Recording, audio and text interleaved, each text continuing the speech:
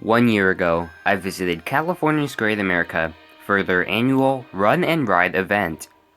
This is an event where you run around the park, get free merch, and only last year, you could get exclusive ERT on Flight Deck, Columbia Carousel, and RailBlazer.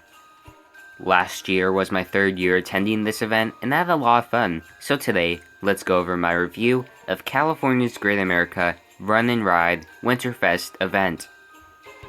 First off, let's talk about the race.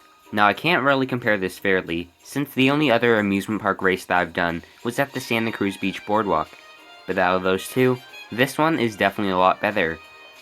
There are characters greeting you as you run, way easier directions, and if you wanted to, you could stop and ride one of the available rides for free ERT. Next, let's talk about the ERT. If you don't know what ERT is, it stands for Early Ride Time, and they had it on Flight Deck, Columbia Carousel, and RailBlazer. This was only because it was expected to rain that evening during Winterfest, and they wanted to ensure their run and ride participants had a good time. It would have been cool if they replaced the ERT on Columbia Carousel with some ERT on Gold Striker, but that wasn't the case. From the footage, you can see the park was dead during this time.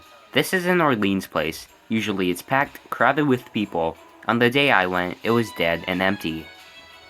I got multiple rides on Flight Deck and RailBlazer because there was no line. I skipped Columbia Carousel because it was my time to go and I had to run. So I ran, finished, then it started to rain, so we got in our car and waited until Winterfest opened to the public. During this time, it was really starting to pour and we were getting worried that they wouldn't open for Winterfest. Luckily, because of the rain, there was no one at the entrance but us. That night, I would say there weren't more than 200 guests in the entire park. The first place we went to was the gift shop on the left to get some ponchos. Then, we hit up Gold Striker. Since there's no free ERT on it, we decided to get some now. Although there is no ERT, there is still no wait. One thing I have to remember next time is going 50 plus miles an hour on a roller coaster in the rain really hurts your face. Next, we were gonna go to Patriot, but it was closed, so we headed for an awesome night ride on RailBlazer. Going to the back of the park, we stopped at the 12 Days of Christmas antique car ride and headed on Eagle's Flight. At this point, we could see the whole park below us, and there wasn't more than 50 people in the entire park.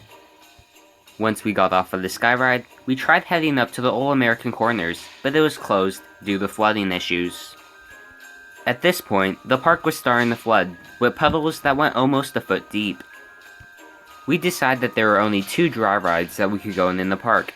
These were the bumper cars and Columbia Carousel. We hit up bumper cars a couple of times, and when we were walking over to the carousel, they said the park was closing due to flooding, so we had to leave.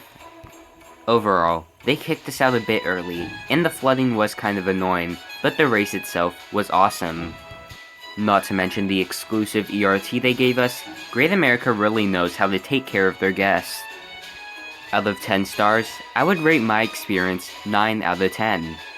Even though it was raining, that wasn't California's Great America's fault, and they did all they could to try and keep their guests entertained. But what are your guys' thoughts?